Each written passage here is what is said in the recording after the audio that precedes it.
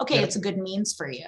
But for the newcomers who are charging a lot of money, I mean, one, more power to you, let the market decide. Okay, if you're closing clients for a 5K package, great. But In the short term, yeah, but if they people, fulfill and do good if you fulfill work, and get good results, but if you, yeah. the thing is, like what I always try to tell people is, I'm like, listen, man, charging a lot for shitty work is going to kill your career faster than anything.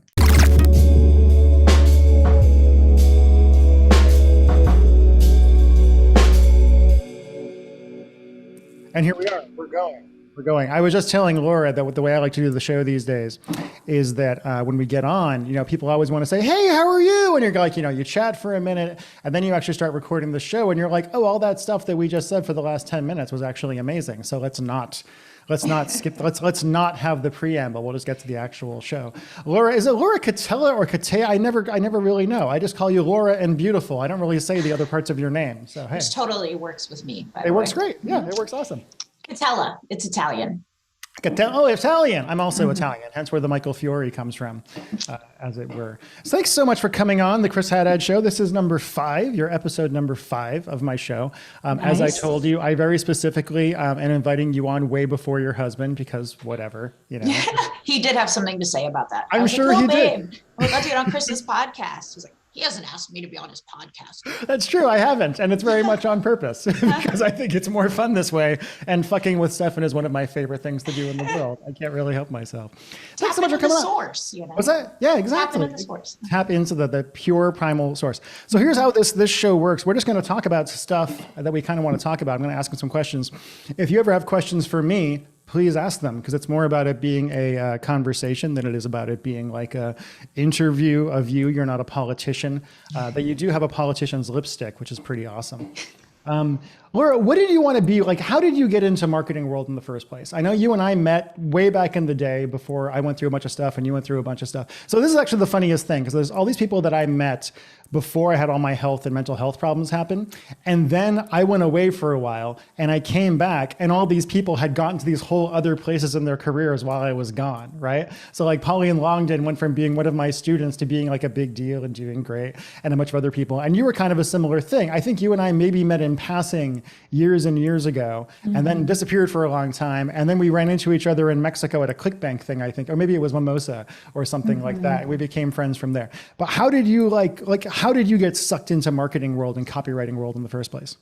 I did get sucked in. So in 2008, I graduated from college. I thought I would be an investment banker. An investment banker? What I would have been a terrible. I don't know. I think you could have pulled off the power suits pretty well.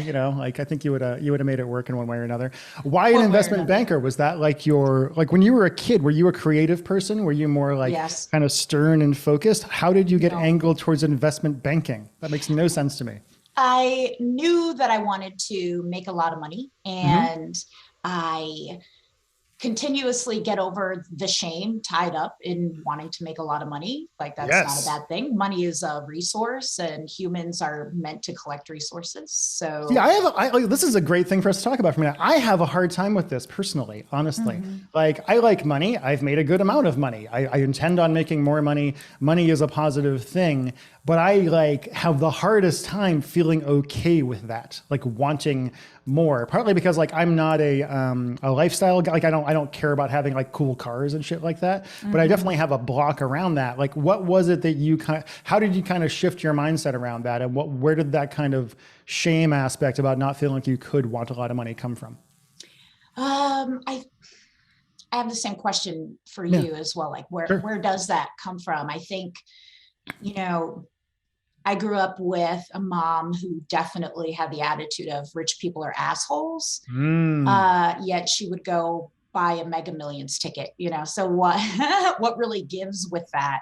I think sometimes poor people use rich people are assholes as their excuse for not unabashedly pursuing money. And I mean, to be fair though, a lot of rich people are assholes. Just to go on record, that is all. yeah, That's also true. I'm sure a lot of, people without money. Well, that's are true. I also mean, assholes. people in general are often assholes. But Yeah. let's just. So you weren't raised. Were you kind of raised relatively poor, middle class? Like, what was your relationship with money like when you were growing up? Yeah, I would say on the lower end of middle class. And Okay. then I attended private schools with a lot of kids who had way more than I did. And I Mm, wanted what they had, and I wanted that, like the freedoms that they seem to have and their ability to take these nice trips yep. and to have nicer stuff. But one of the ways I am more comfortable with wanting a lot of money is realizing the purity of my intentions. Like, I Okay. don't want to be rich to hoard it all into a bank and be like Yeah. the monopoly guy and beat other Scrooge people McDuck. up or feel superior in one way or another.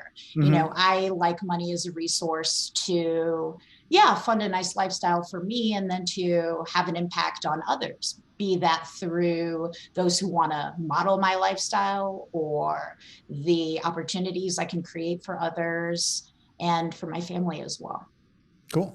Yeah. So let's get back to the investment banking thing and how you got Okay. angled on that. So you're a kid, you're like lower middle class. You're somehow like, how were you at this private school if you didn't have a lot of money coming into your family? Was there some weird thing going on in the back? Were you secretly like Harry Potter and they shoved you into the schools or what? Like, how did that happen? My parents just worked super hard to be able to foot the bill. They told Okay. me about it all the time. So I think that's part of where the guilt issues come to play Yeah. too. We are making all of these sacrifices for you. Anytime I was a brat about anything, Yep. I'm unappreciative, I'm disrespectful. Yep. So on Were and so you forth. raised religious? Were you like Catholic or what, like Italian Catholic, or was it something else?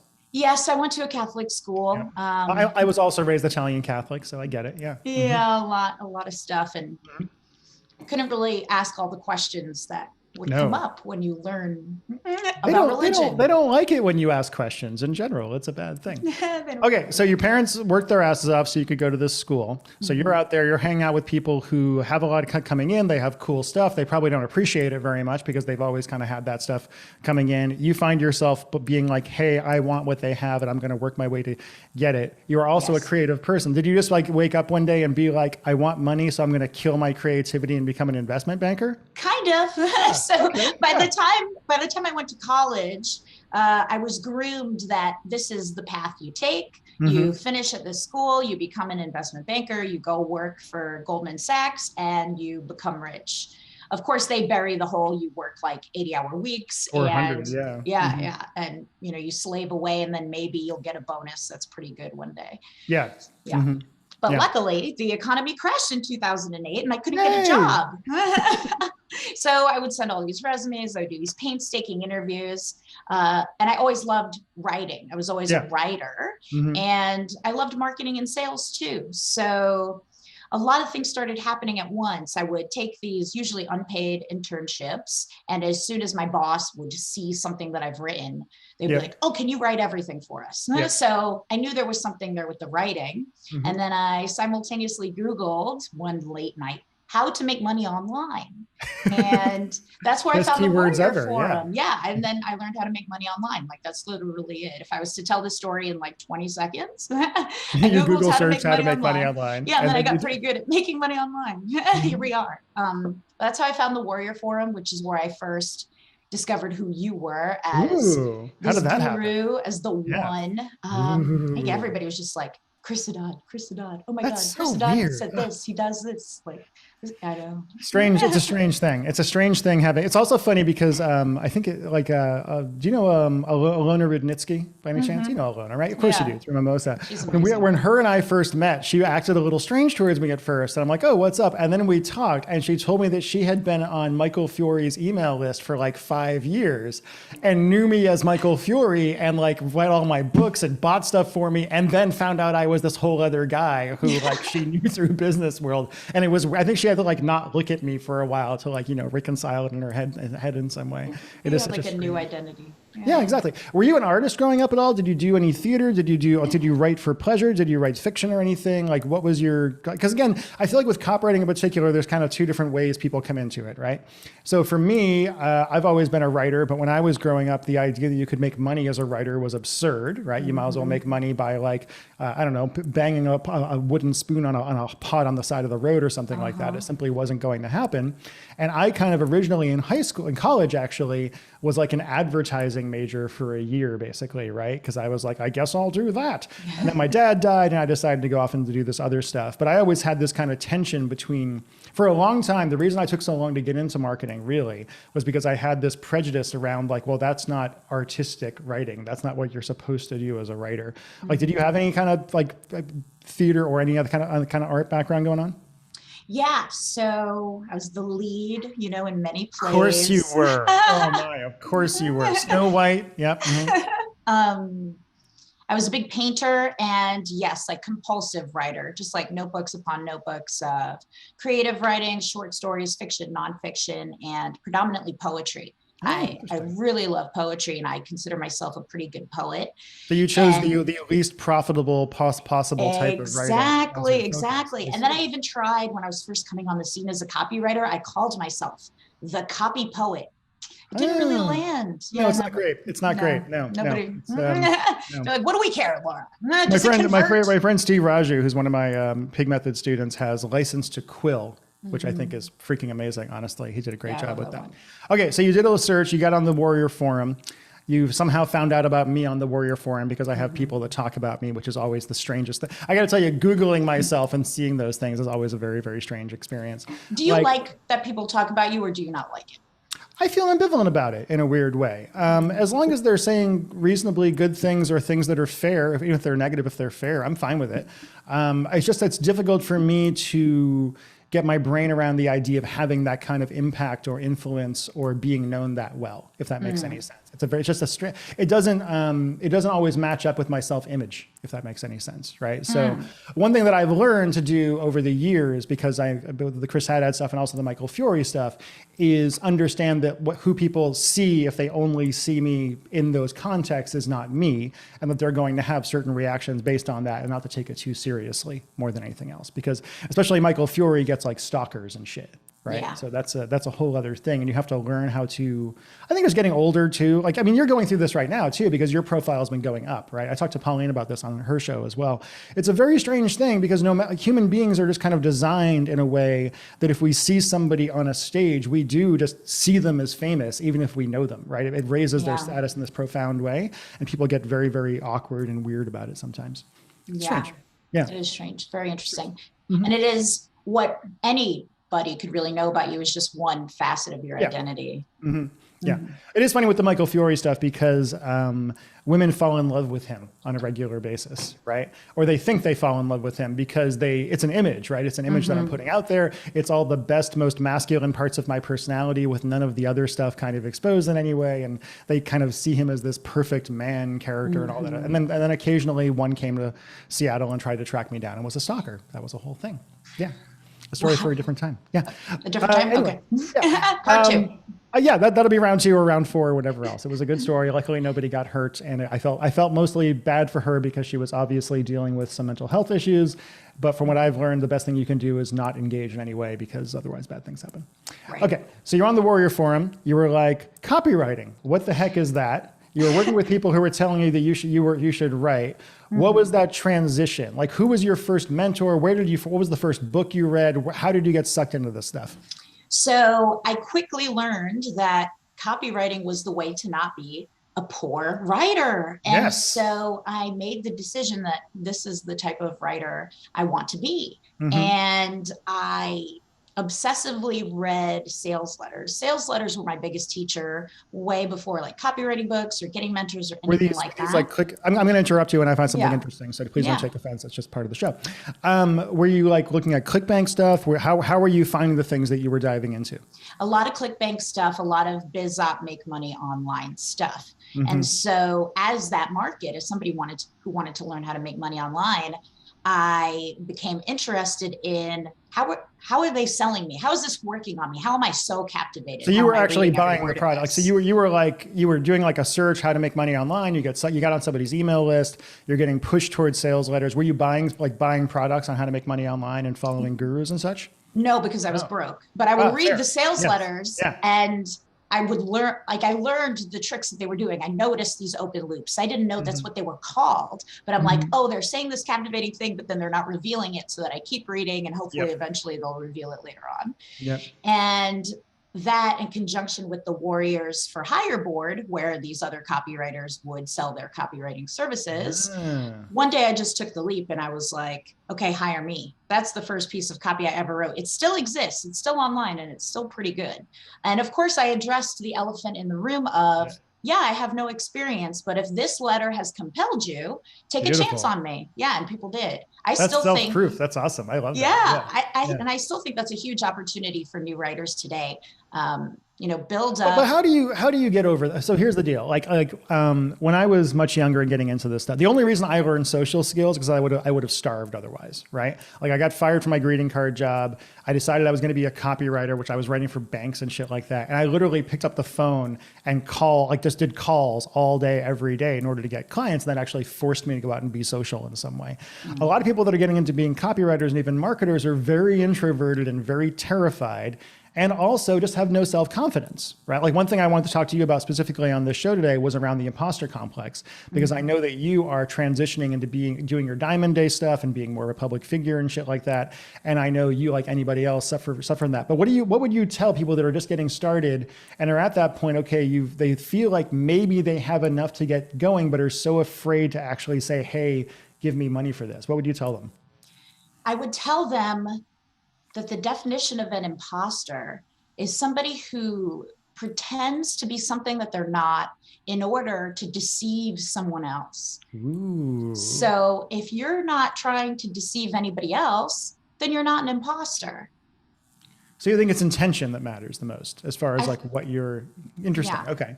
And I think there's a ton of other things to unpack into it, because sometimes I'll flip and use a totally different framing, which is, okay, I am an imposter. Yep. Now what? I do that to sort of break the automation. And where are these I'm an imposter thoughts coming from?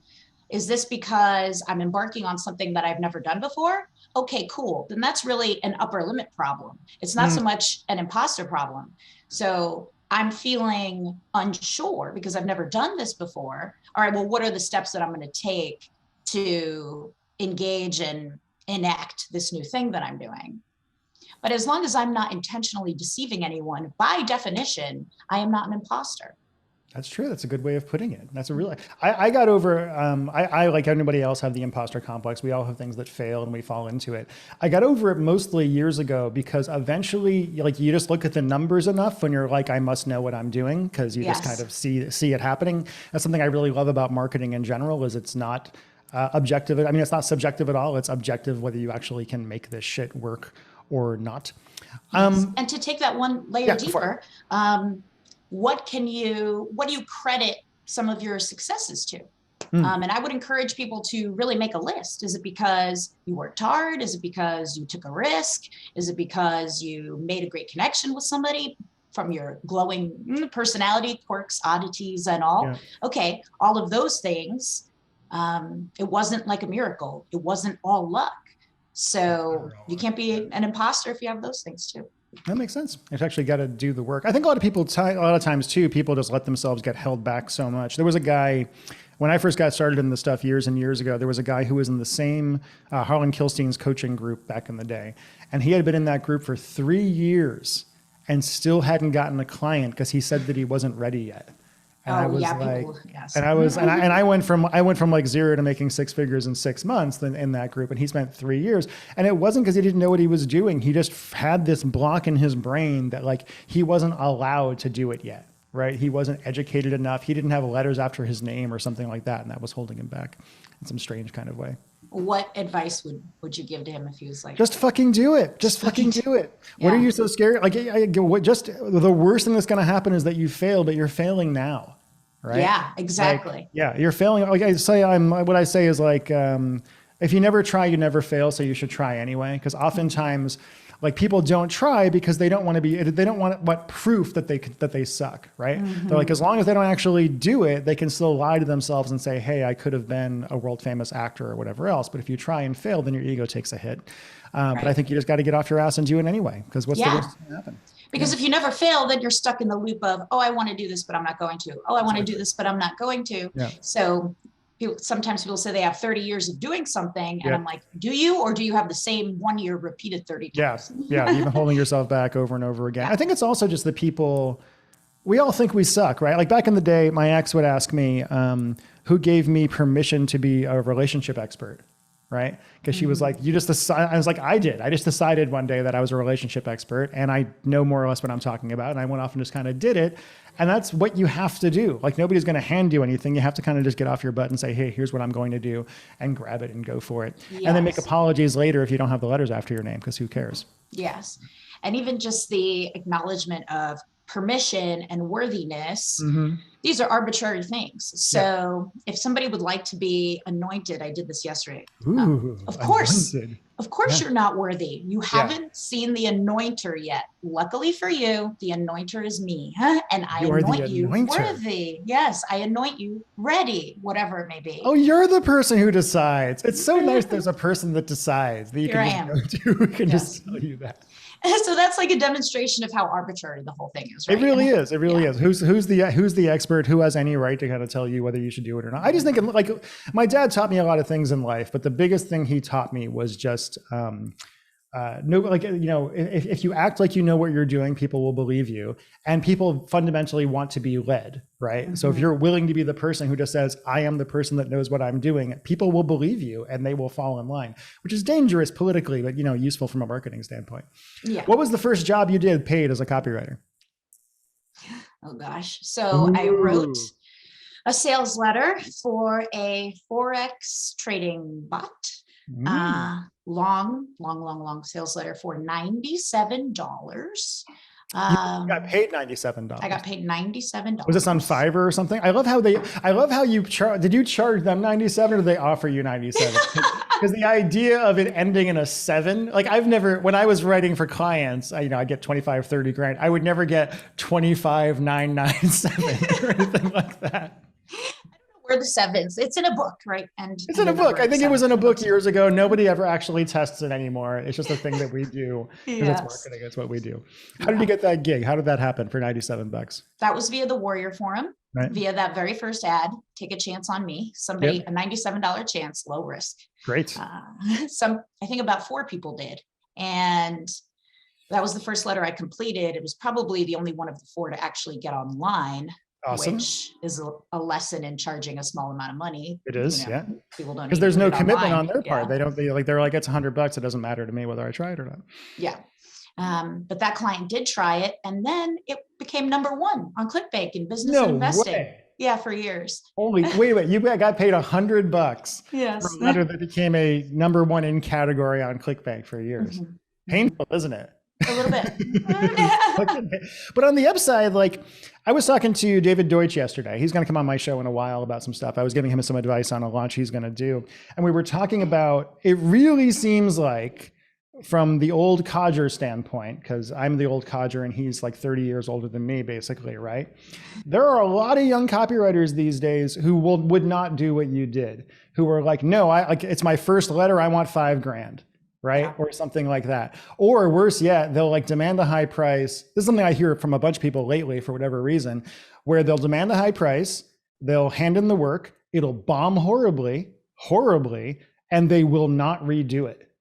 And to me, that is like the most insane, unprofessional career suicide thing I've ever heard in my life. Totally. Like, the way I was raised was like, when you're new and what you want more than anything is the sample and the success, and the money is going to come later. What would you say to people because again, there just seems like there's a lot of these folks these days who are seeing copywriting as too much of a biz op and not enough as a career or a job. Why do you think that is? I think copywriting has been sold as a biz op, as a business opportunity. Yeah, anybody can do this, anybody can do. This. Yeah. Yeah, which is categorically not true.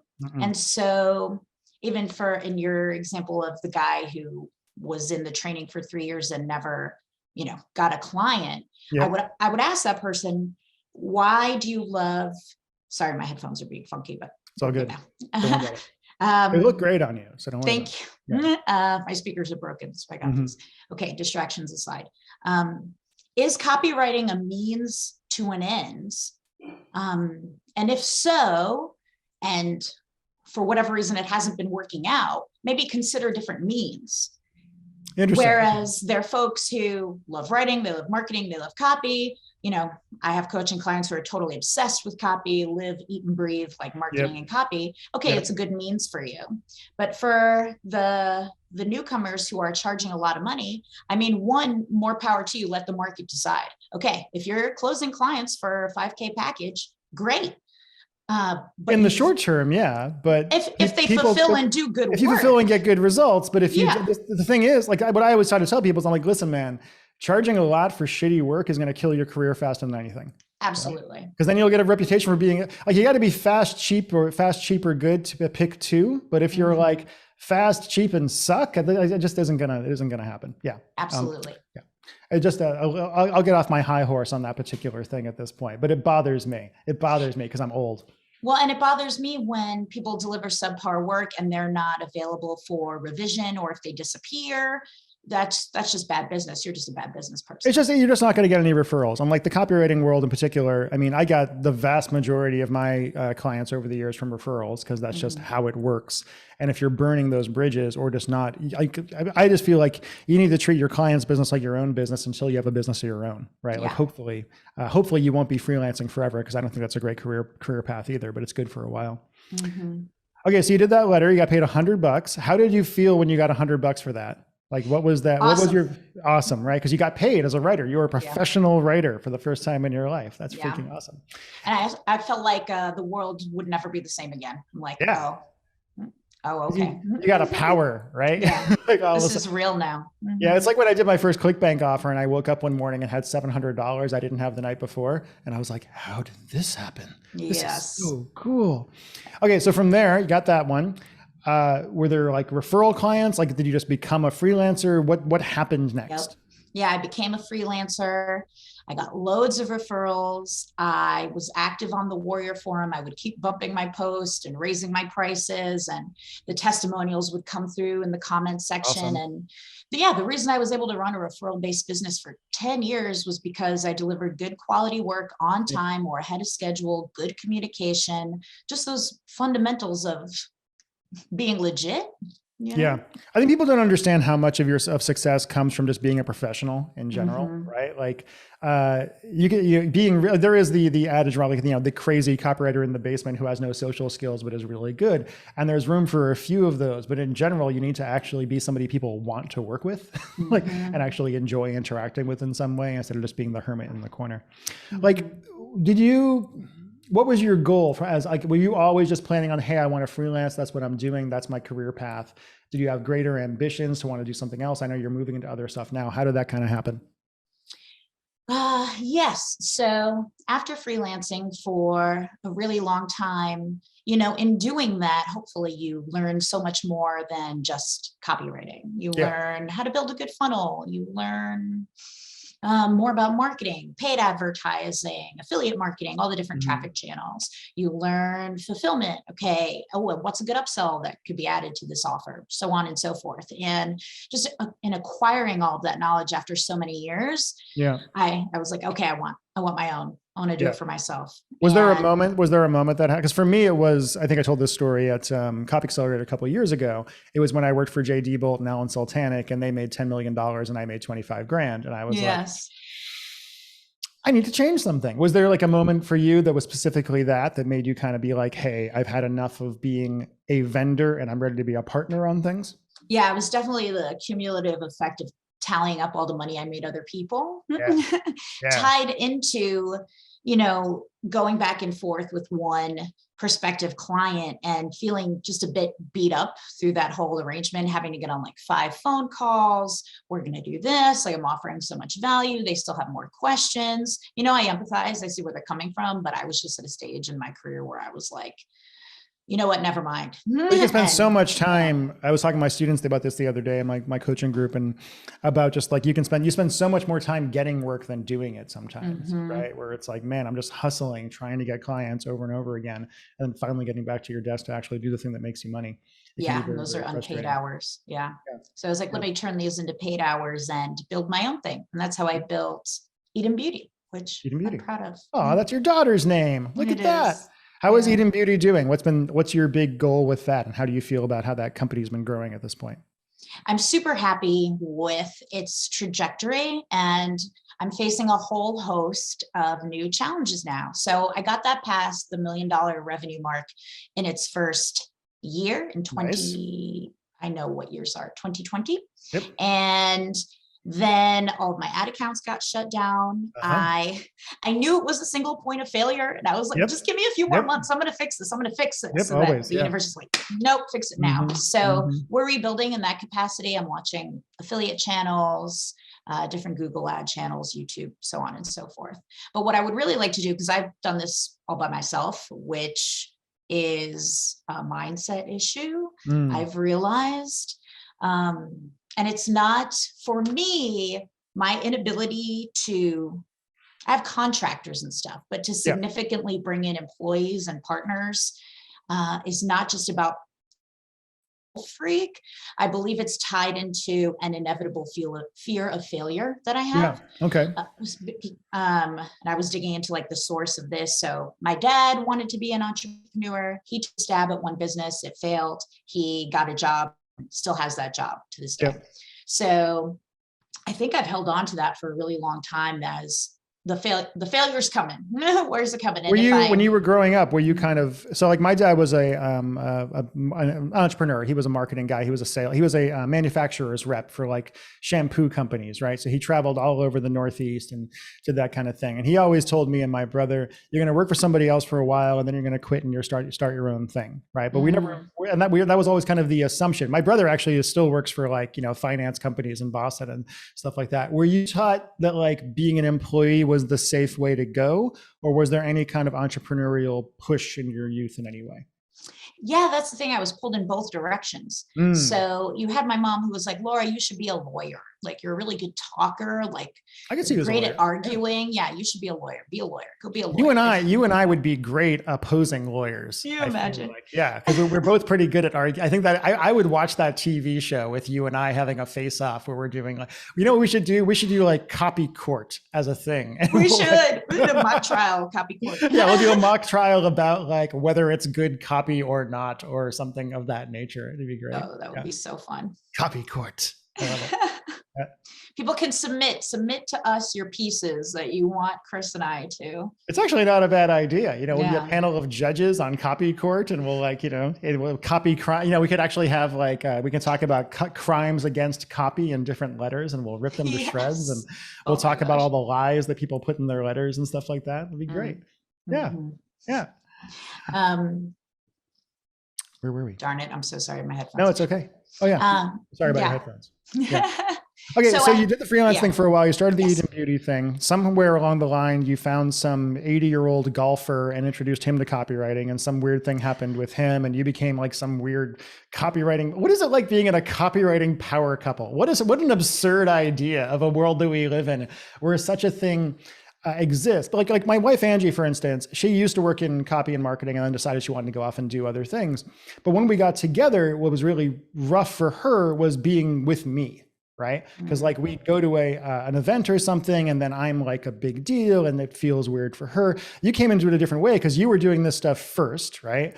Became quite successful at it, brought him in, and then he became like whoever the hell that golfer guy, that 80-year-old golfer guy is. What's that like for you, and how that's got to bring up a bunch of different kinds of emotions, and how have you kind of surfed that wave?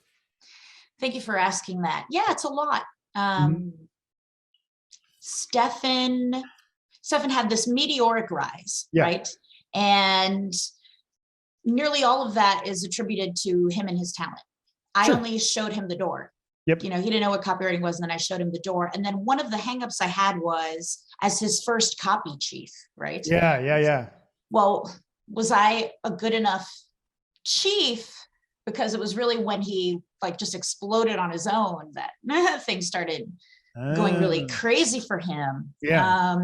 But really that's just all bullshit in my head, because Yeah. I still will review his stuff today and I'll still be like, oh yeah, you know, that headline could use a little bit more. What's in it for me? And then he just screams at you and he rips off his glasses and he throws them on the ground and he says, don't you know who I am? These days, honestly, he's looking for me to say, this is awesome, babe. Like, go ahead. I think a lot of people who look for feedback, that's really all they want to hear. It really like, is. wow. I always tell people ask me for feedback. Do you have this thing happen where like, because people in the regular world, so I have like my business friends and then I have my regular world friends, and they're really totally different universes, right? Like most of my regular world friends are not rich or anything like that. They're not entrepreneurs, all that shit. But they'll be like, oh, Chris, you're a writer. Will you read my thing? And maybe it'll be a marketing thing, but a lot of times it'll just be like, I wrote a short story or something. And I always say, I will, but before I do and give you feedback, I need to know, do you want Chris, your friend, who's going to pat you on the head to give you feedback? Or do you want Chris, who's a really fucking good writer and has been doing this professionally for 20 years, to rip it to shreds and make you cry? Just let me know which one and I'm happy to do it. That's so good. Set the expectation. Yeah, and exactly. A micro commitment. Yeah, because usually I'm like, well, for somebody who is not a writer and hasn't been doing this is quite good. But for somebody if you're going for like the pro level, no, it's not going to do the job. Yeah. Okay, but back to the thing we were talking about. How has that been? Do you feel like your ego took a hit during that entire thing with Stefan's going up? And how did you handle that? And how was that an aspect of like, it must have had an impact on your relationship and how that kind of happened? And I'm just going to pry because I like to do that. Yeah. I love prying. You're a good crowbar. Different situations would bring up different feelings in me. So when somebody would come up to me and be like, oh my God, Laura, and you taught Stefan, you must be so amazing. You're the reason all this is happening. Then I'm like, yeah, that's great.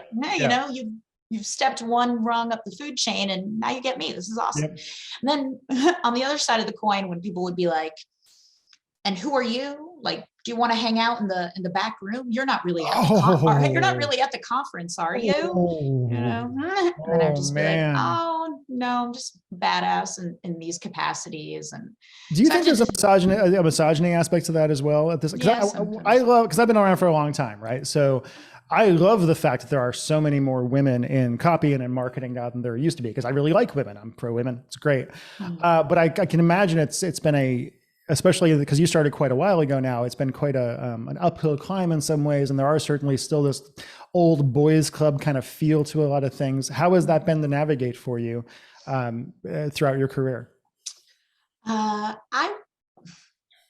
In interacting with a lot of women in direct response now, I feel kind of different in that I am cool with leaning into my feminine side and like being a girl, being a broad. I'm a broad, you know. You're a broad, yes. But I've seen you in skirts. You look good in them. You're definitely. Thank you. Thank you. And I'm cool with you saying that. You know, you are. Some women might not like you saying that. It's totally cool with me. But I'm also like, I could tell a dick joke and I curse and I love steak and bourbon. Yeah. So it served me really well having these two sides of my personality.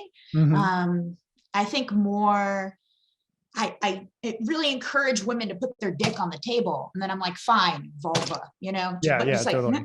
Be more aggressive. You don't need that permission.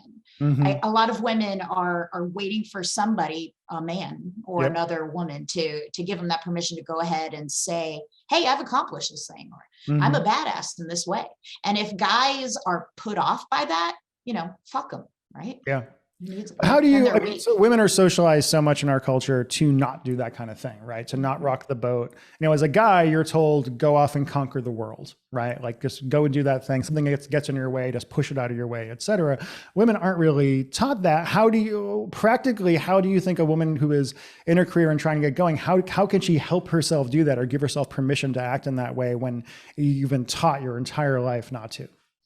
I think you can embed your authority in a lot of creative ways. So, for example, if you're in a conversation with somebody and they don't kind of know anything that you've done, you know, you just be very casual about it. You know, like say, hey, in my work with so-and-so client, they're doing like 8 figures a year, blah, blah, blah, blah, blah. And then you'd like say something else versus my name is Mary and I work for so-and-so and they do 8 figures a year, that might not feel comfortable and it might come off awkward.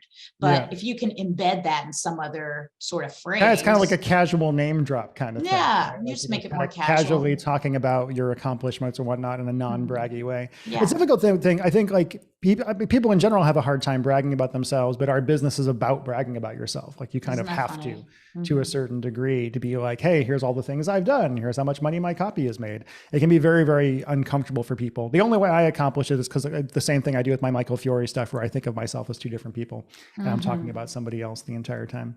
Even Beyonce used to do that. Did you know that? I did not know that. She has a whole separate persona when she steps out onto stage that she named Sasha Fierce. Oh, yes, I do remember that now. Yes. You know, Angie was telling me, she read somewhere that Beyonce has somebody whose entire job is to document every single moment of Beyonce's life. And that they follow Beyonce around with a camera, and that there's like a room where all of that stuff goes, and that and I'm like, maybe a little narcissistic, just a little, but then again, you don't become somebody like Beyonce and without being a narcissist. You just can't. She could it can be a positive thing. I'm sure she's a lovely, lovely person, but you don't become that rich and that famous without something going strange in your brain. Sure. Yeah. Well, and keeping track, like literally keeping a log and writing down some of the wins helps with the imposter syndrome part of it too. It's like going back to, what do I credit my success to, right? And it's easy for us to forget the wins. Oh yeah. You know, if we just try to keep it in our head. So we need that extra help. I think it's also like, you know, I've had a lot of wins in my career, but when you have one failure and you're in the middle of it, you're like, I suck. I've always sucked. It's always been a lie. I've never known what I was doing the entire time. And then hopefully you kind of drag it. What do you think has been your biggest modern failure? Like, since you have gotten good at this and gotten a bit of a name, was there a project that you were just like, this is going to be the biggest, best thing in the world, and it fell on its face? And how did you handle that? I got several, you know. Yeah. We all do. Yeah. I've had several failures within doing Eden Beauty. You know, I would consider the ad account shutdown a failure. Sales dried up overnight. I had like a much larger customer support team. I had to let people go. You know, so all that was incredibly painful. And so that's one. And I think my lack of bringing on a strategic partner, especially for integration and operations side, was a failure. Totally my fault. And that's one. And another would be, I launched a keto offer when keto supplements were all the craze. Yep. I thought you said Aikido for a second. And I was like, oh, an Aikido. I didn't know you were into martial arts. Keto.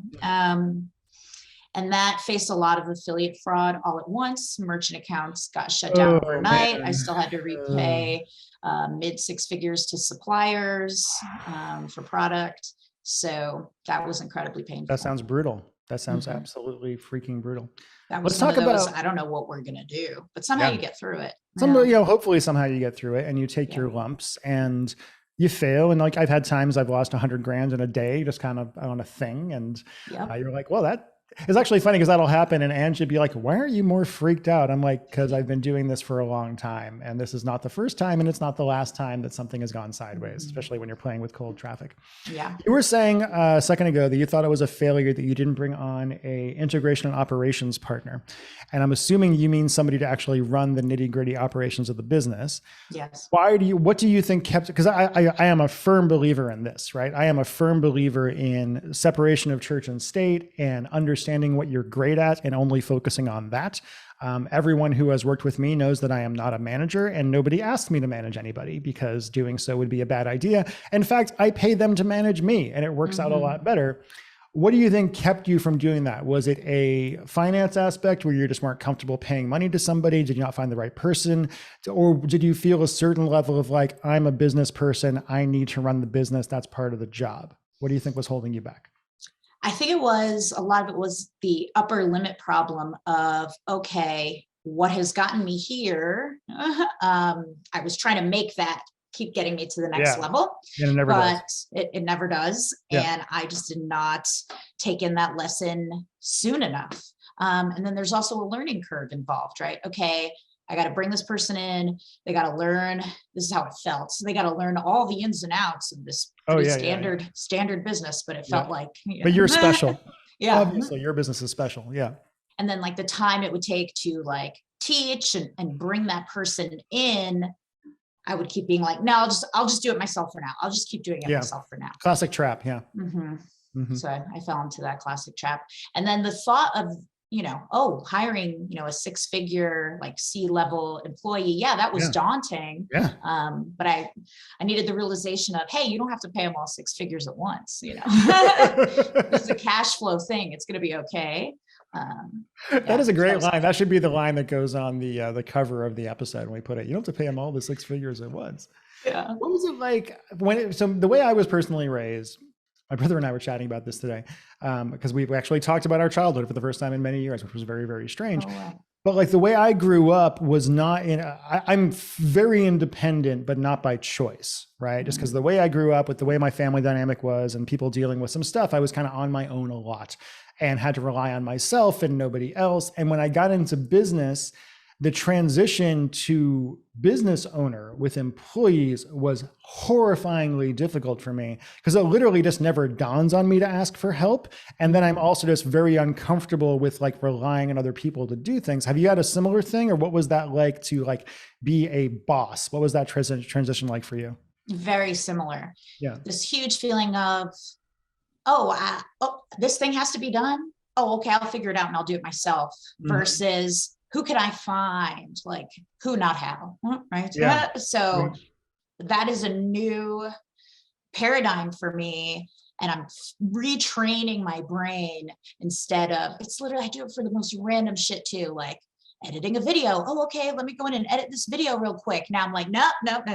Who else can step in and edit this video? Who could I farm it out to? Even if it takes them a little bit longer than I would like. Can I give you advice on how to solve this problem? Yes. Okay, so years and years ago in Los Angeles, I worked at a company called Lockstream, and it was a digital rights management company. I was working in LA at a bunch of different things. I had a boss named Mark, and Mark was an entertainment executive. He'd been working in Hollywood for many years.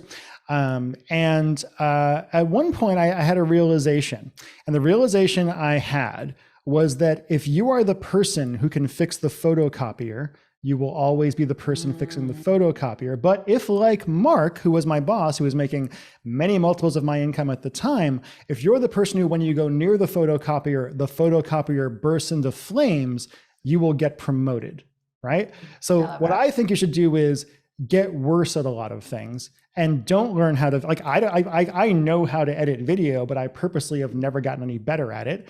I don't know how to code a web page, et cetera, because it's so easy to get addicted to doing all that shit yourself. But if you just suck at everything, then you have to hire it out. I love that. Suck at more things. That's I will. I'm gonna do that. I'm not gonna let myself learn like anything like small. That's exactly. Like focus on the stuff that's worth your time. Yeah. That's the key. That's the key. What is your if your daughter came to you in a few years and said she wanted to get into copywriting and marketing and things like that, I know you'd be proud, but what do you think the first piece of advice you would give her would be? Your adorable daughter, by the way. She is. Having seen her not that long ago. I would tell her to start her own company, probably. Start her own brand. So this way she can, and if she's really like passionate about writing, okay, that's like your core passion, your core competency that you bring to the company. And then you have to farm out everything else and you're going to learn a ton. And where's your startup capital? Like, how is that going to look? How would you create like a whole thing? I would probably give her that. So in the hopes that she develops the experience of being a good entrepreneur. Yeah, I agree. It's weird. I think about, it's a weird, I'm very interested to see what the world of marketing and the world in general is like in 15 and 20 years, right? And how, because, copy is copy is copy is copy is copy. People ask me what books they should read, and I'm like, go read The Capels, go read Breakthrough Advertising, go read all the kind of classics, because the stuff is the same, but how it's kind of presented is a little bit different, right? Like you're seeing some things now where people, instead of doing kind of standard VSL types, are doing more podcast-oriented type VSLs, like Alan Sultanic was saying, but the principles are the same. The stories that are being told are the exact same. The structure of the persuasion is the same. I'm really interested to see what new media, Like, is the metaverse going to be used as a direct marketing kind of thing? I will avoid the metaverse at all costs, but somebody else will do it. It'll be really interesting to see just like what world your kids, I don't have kids, are going to be living in years, and just seeing how people are taking those same persuasive principles and applying them to new things, because it's always the same shit. Absolutely. That was one of the secrets to Eden Beauty success, like really branded aesthetic e-commerce, but with hard-hitting direct response elements tied into there. There's a lot of opportunity that way, because there are still so many companies who are brand companies who just have no real understanding of direct marketing whatsoever. Nothing. And it's pretty easy to go in and be like, oh, maybe you should mail your email list every once in a while. Yeah. Maybe you should, put a close on your product page. Yeah, or a call to action of some kind. How about an upsell or whatever else it is? It's like Colin Terriot and I were chatting the other day on the previous episode, and he was talking about something he says all the time, which is like, you're not competing with the best copywriters in the world. You're competing with your client's current results. Right. And how like, you don't need to be amazing to get results, as long as you are actually going around people that actually need the stuff in some way. What's your, like, will you ever retire? What's your end goal when you're like 65 years old and have $1 bajillion and you're living in some kind of archipelago, or like some kind of weird, a dome out in the ocean somewhere that is protected from all of the zombies that have COVID, as well as all of the climate change stuff? Like, what's your goal? What do you want to do at that point? Do you want to just keep working for the rest of your life? What drives you at this point? I couldn't imagine not working at this point in my life right now, especially with Diamond Day and my focus on coaching, like bringing personal development to our little direct response community and beyond, to the wantrepreneur community. Oh, I love calling them wantrepreneurs. I use that term as well. Yeah. I want to help fix them. I love that. Yeah. God help, I'm doing God's work here. I think it's funny because you and I have such different, like, you're much more woo-woo, much more like that kind of thing. And I'm much more like, fuck all of that shit. This is the way the world is, do it. But I think we actually have very similar ideas on pretty much everything. We just present it in different ways as far as the verbiage and everything else that happens. Because I don't feel woo-woo. I'm not like sit back and visualize it and it'll come. I'm like, your ass has to get to work. But if you need a little bit of cheerleading, if you need me to anoint you and tell you that you're ready to do it. Exactly. It's a bit softer and more feminine and all that kind of stuff. It's fun to watch. I think it also speaks to the fact that like, people say like, not who am I personally, but they'll say about themselves, who am I to be able to teach? Somebody else is already teaching this stuff, they know better. But really what people are buying beyond the information is the person that they're buying it from. Exactly. Right? Like your uniqueness is what you should be doubling down on as somebody who wants to teach or lead others in any way. Like I said, there's a guru for everybody. Okay, maybe somebody will get on with some other person's messaging or style over mine, and that's totally fine. And the people who resonate and get on with me, and if I could just say something in some sort of way that I happen to say it, that gets them to take the action, or that gets them to take a leap, or to ask a little bit more, and get closer to what they want, that's what lights me up. I love that shit. Yeah.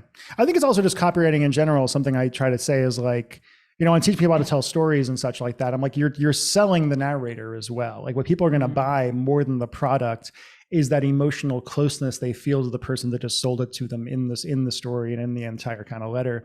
And what I'm always preaching is being more vulnerable, being more open, being more genuinely yourself, because it's easier because you're not pretending to be somebody else, but also that is what brings the money in and makes people more attracted to you, and ultimately is what leads to the sale. I think. Absolutely. Yeah. Talk to me about Diamond Day. How is that going? I went to your first one, which was super fun back in December, right in the middle of my launch. And it was fun to see people. That was my first time out of the house in many months. And I remember standing there and nobody's wearing masks, of course, because it's Arizona. And Glenn Ledwell is 2 feet from me with his Australian accent, spitting into my, hey mate, how you doing? Just spitting into my face the entire time. I love Glenn. He's a friend of mine, but I'm like, dude, you can step back about 2 feet. What motivated Diamond Day? Where did Diamond Day come from? I know your next one's coming up in the non-distant future. Talk to me about it. What is all this about? Yeah, so it came to be in coaching a lot of writers and entrepreneurs and realizing, yeah, I could teach you how to write a headline. I could teach you how to close all the shit. But what keeps coming up is these limiting beliefs and these mindset issues, and they're causing inaction, overwhelm, fatigue, self-sabotage, the whole nine. And so that in conjunction with, I want to put on a live event. I want to bring people together. In this sphere, I'm an extrovert. I love to be around everybody. I get a huge emotional high from it. And so I was like, okay, I want to host my own event. I don't want it to be like anything else. I don't want it to be too nitty gritty tactical. I think tactics are important, but there's a ton of conferences that teach a lot of tactics already. So what if I just dug into this mindset piece? What will happen? And so I had conversations with a lot of people like John Walker of Product Launch Formula. I'd be like, good friend of mine. Yeah, he's amazing. I'd be like, in all of your coaching, what limiting beliefs do you see come up? And then he starts talking to me for like an hour and a half, and I see him get really lit up by the subject material. Same thing with Rich Stefan. So like, man, I feel like this is a little underserved piece of the market. And in direct response, we have said, mindset's not sexy. You can't sell mindset. And I'm like, fuck that. I'm making mindset sexy. Yeah, I'm going to do it. Where's the ROI? I could show you ROI like all day long. You mean you're going to take action and make money? There you go. There's an ROI. Well, it's easy to draw lines. I was talking to somebody about Colin actually the other day about how fun it is, because I've been selling in the relationship advice niche and some health niches and things like that for so long. And then coming back and selling into the make money copywriting niche is like, oh, I'm just selling money. This is the easiest thing. Give me X dollars and you'll get Y dollars, which is bigger than X dollars, is like the easiest pitch to do compared to all of this other stuff where you're jumping through all these hoops and talking about health and making a man love you forever and all that shit. It's fun. What is your favorite niche to work in, do you think? Internet marketing, make money online. It's fun. That's my favorite. And I was that market. I know them so well because it's literally me. It's literally me. It does make it a lot easier when I'm talking to people about but also just like having a niche that you actually care about in some way, or that you have been through. Because again, both you and I was a nobody back in the day, kind of just like, bringing my head up and looking at John Carlton and being like, I want to be like that someday. And then realizing I was taller than him, and that was a whole other thing. And then he slapped me in the face once and I realized we were friends and whatever. Yeah. He slapped you? He did. It was at Sang, Speaking at Artists networking group that my buddy Larry Benet, who I will have on the show at some point, ran. This was many years ago in Los Angeles. And I was down there. Larry had asked me to come down and do a brief little talk, one of my first things I ever did. And at one point I'm walking through a room and Carlton was there. And I know that we had said hi or something before, but I was really scared of him. And then I'm walking by and he's like, hey, come here. And I like leaned down and he just went, you schmuck. And just hit me in the face. Not like hard. He just kind of cupped me right like that. And I was like, and I stood up and I'm like, John Carlton likes me. I know, they're cool. It was the cool. Who has been your biggest? So for me, at least, you get into this business, you see people that are up here, right? Who are like, you're down here and they're on stage and whatever else. And then later you get to know them, right? And like, who was your biggest, like, what was the weirdest moment you had when you met somebody who you had seen as being up there, and then you actually hung out with them and discovered who they really were? What was the weirdest or most interesting version of that for you? You were one of them. Oh, sure. Come on. Yeah. I know. I gotta flatter you, right? Yeah. But you were totally one of them, and I was like, okay, I'm gonna flatter Chris Haddad right here. So one of the first things I said to you was, I don't know if you remember, but I was like, Chris, how does it feel to be the one? Which is also like leaning into my feminine shit, right? I don't know if a guy could like say that to you in the exact same way. It'd be a little strange. And I believe my response was just like, I don't even know what that is. You're like, oh, the one. The one, yeah. It's just not how I personally see these things. I find the entire thing kind of absurd, honestly. And I think that's probably for the best. I think finding life and absurd in general is kind of fun. Who else was kind of like somebody that you saw as like famous, who you've become friends with and that you really are happy about? Jason Fladlin. Oh yeah. Who I adore. He and I are super close now. And I had him in my mind. I was like, maybe by Diamond Day 5, I'll get Fladlin to speak, because he's really big into like these identity shifts and reframing your beliefs and stuff.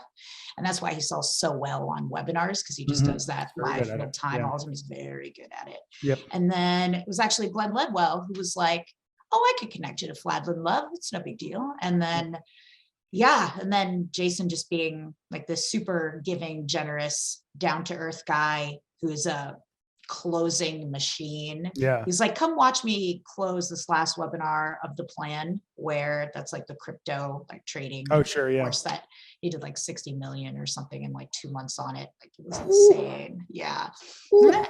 And then so I get to go on the webinar. Crazy. And it was absolutely bonkers. And he's got pretty good training on like why that went so well. Yeah. But so I go on the last webinar, which is literally just him answering objections for 4 hours straight live.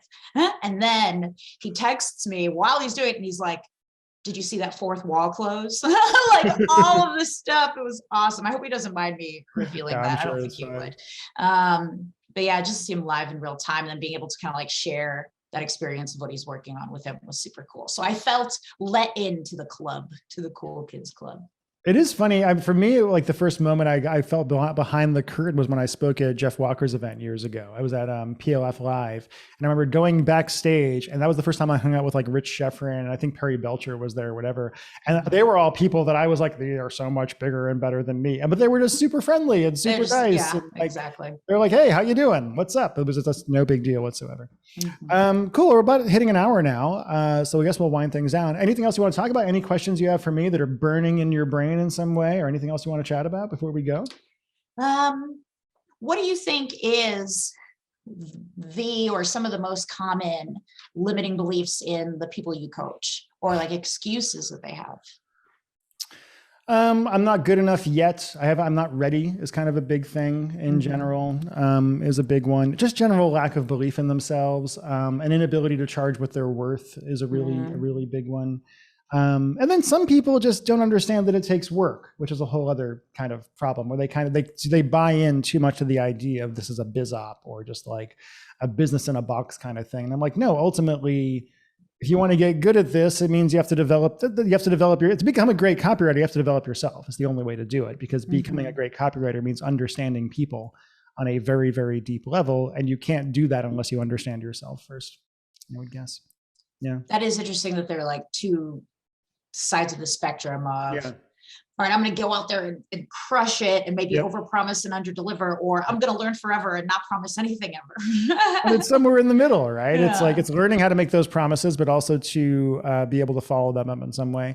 I think people also run into, there is also another big thing, which is everybody has to figure out where their ethical line is on these things, right? There are certainly plenty of people who use the persuasive techniques of copy and marketing for less than savory ends.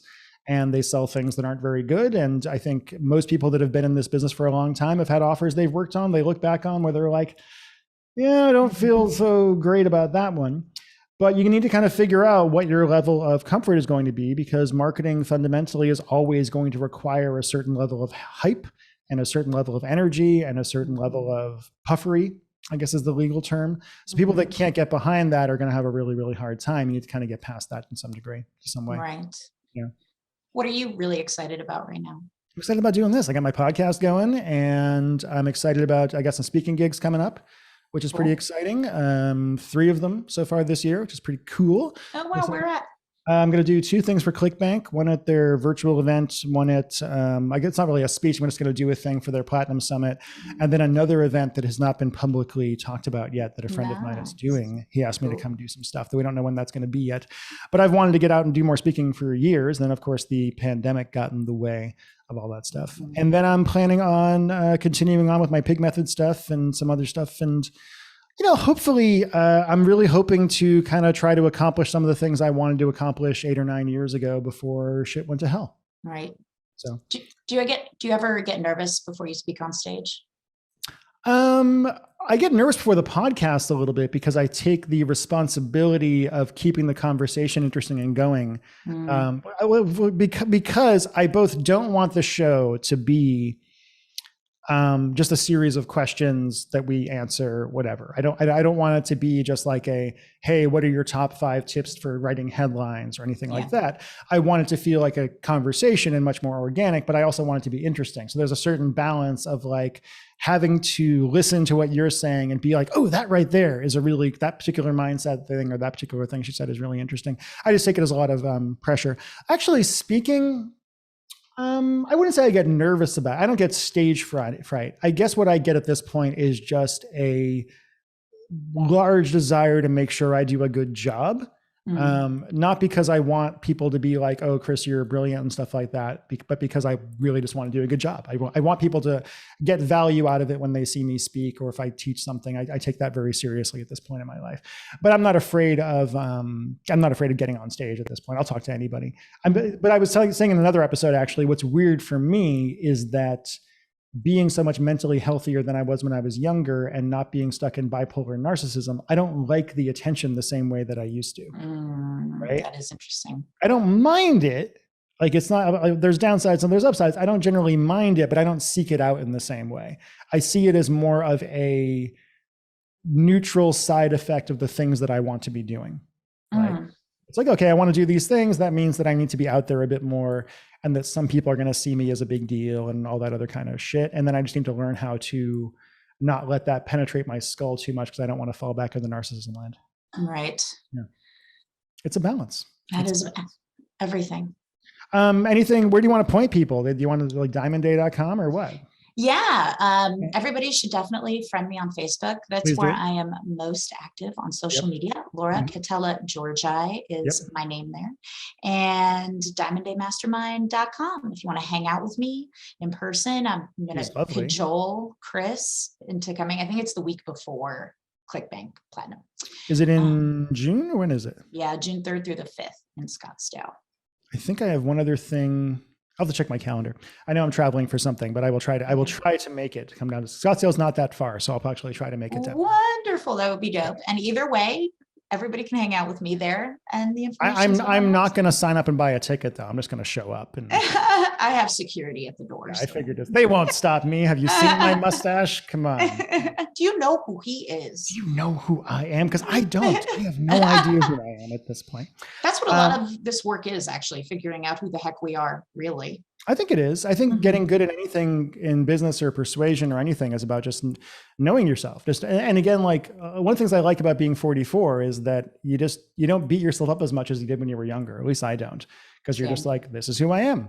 I'm okay with it. These are the upsides and downsides of that. And I've learned how to kind of work with them, but you don't beat yourself up in the same way. Well, thank you so much for coming on the Chris Haddad Show. This has been episode number 5. I'm sure I will have you back at some point in the future as the show kind of evolves. And for those who are listening, please go friend Laura on Facebook. She's charming, and she shows great pictures of her daughter and some 85-year-old golfer guy with giant glasses. And that's that. I'm going to stop the recording. Thank you, Chris. It's been a pleasure. Thank you, Laura. It's been a joy.